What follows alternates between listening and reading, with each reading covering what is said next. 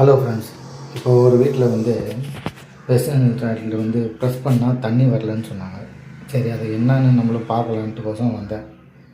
என்னென்னு பார்த்தீங்கன்னா, இப்படி ப்ரெஸ் பண்ணால் அவ்வளோதான், அப்படியே ஸ்டக்காகி நின்றுப்படுது. பார்த்துங்க, ரிட்டன் ஆகுது. என்னென்னு பார்த்தேன். சரி, ஓப்பன் பண்ணி பார்க்கலாம், முடிஞ்சால் பார்க்க முடியுமா என்னான்ட்டு. இது பாருங்கள், சைடில் வந்து இதை எடுத்துங்க. அதுக்கப்புறமா இதை ஓப்பன் பண்ணுங்க. ஓப்பன் பண்ணிவிட்டு இது உள்ளே பார்த்தேன், இது உள்ளே மர டைப் பண்ணுவோம். அதை அப்படியே லூஸ் பண்ணுங்கள்.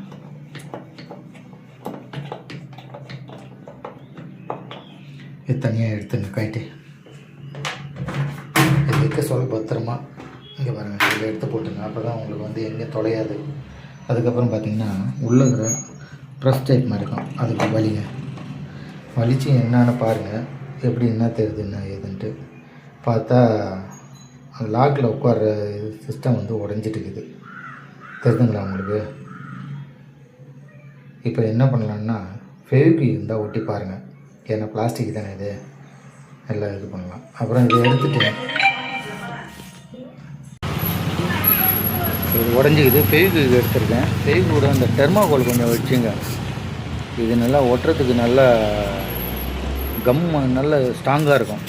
ஒட்டுறதுக்கு ஒட்டிட்டு இது பண்ணலாம், பார்ப்போம்.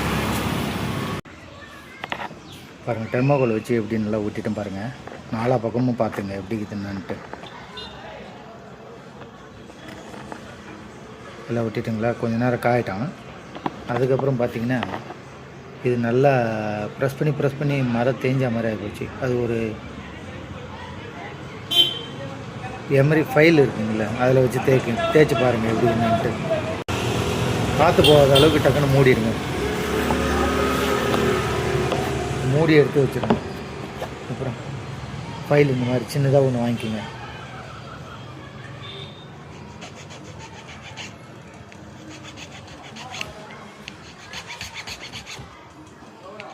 இது எப்படி ஷேப் இருக்கோ அதே போல் ஃபைல் பண்ணுங்கள். கொஞ்சம்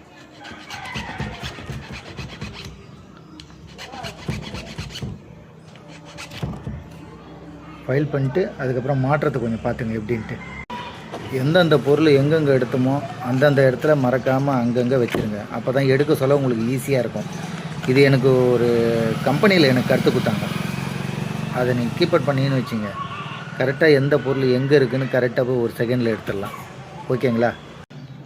இதை மாட்ட சொல்ல இந்த ஹோல்ஸில் கரெக்டாக இது பண்ணணும். மாட்டிட்டு இது பின்னாடி அந்த மர டைப் பண்ணிடுங்க. ஓகே ஆகிடுச்சு.